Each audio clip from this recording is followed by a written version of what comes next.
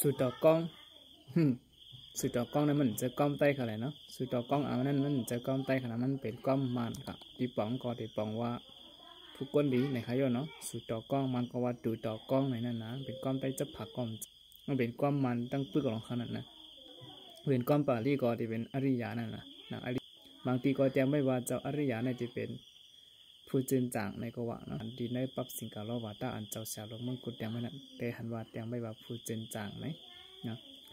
เจ้าอริยามันผู้จืนจางนะเจ้าอริยาเนี่ยจะมีอยู่สี่เจ้าป้อเนี่ยเป็นพุทธพระเป็นเจ้าว่าจะเป็นเจ้าโสดาปานได้สกทากรรมอนาคามได้อรหันตาในสี่เจ้าในนั้นนะพระยากรโคของผู้ก้นดีอันเป็นอริยชนะเจ็ดเปิงไหนก็สมีเนาะแต่ถ้าเป็นผู้ก้นดีนั่นแต่ถ้าเป็น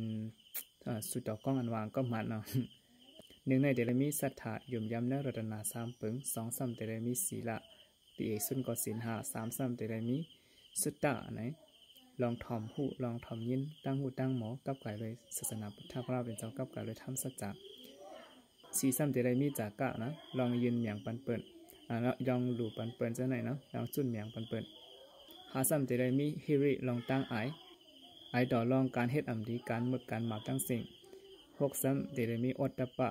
โกต่อรองอัมดีโกต่อรองการเฮ็ดอัมดีโกต่อรองการอกุศลทั้งหมดนะข้อหมายเจ็ดซ้ำเดลมีปัญญาอันหู้ลองเตะลองจริงอันเลยถูกลีเฮ็ดอันเริ่มถูกลีเฮ็ดเนาะพอพูดกูเจอกูลองเขาพูดจำลองเปิงเป็นสภาวะจำหนังทำสัจจามีจำหนังเปิงโลกามีเมี่ยวไหลกึ่งลีเฮ็ดเลยเมี่ยวไหลกึ่งลีเฮ็ดแต่ว่าพวกปัญญาในโลกาว่าได้จะเป็นตั้งหมออันการเฮ็ดไห้เฮ็ดหน้าเฮ็ดการกล้าการขายการยื้อกองยื้อกลางซึ่งในเป็นปัญญาในอะไรก็การในพุทธพระเป็นจวาเป็นตั้งหมอเป็นการเล่งสายใจอันหนึ่งก้อยเนาะอันเช่นพวกเป็นปัญญาในพุทธพระเป็นจวาเป็นหมออันหู้จักลองดีลองให้ได้หมอจักไปลองดีลองให้ได้หู้จักอันกึ่งดีเฮ็ดอันใดมันกึ่งดีเฮ็ดในห้องว่าปัญญาเยาะพระพูดซึ่งในก็บอกว่าเป็นคนมีปัญญาเยาะในพุทธพระเป็นเจ้าเนาะเจ็ดอันนี้เป็นอริยฐานะเจ็ดเปิงเป็นคู่ของผู้ก้นดีเจ็ดเปิงในก็ว่านะ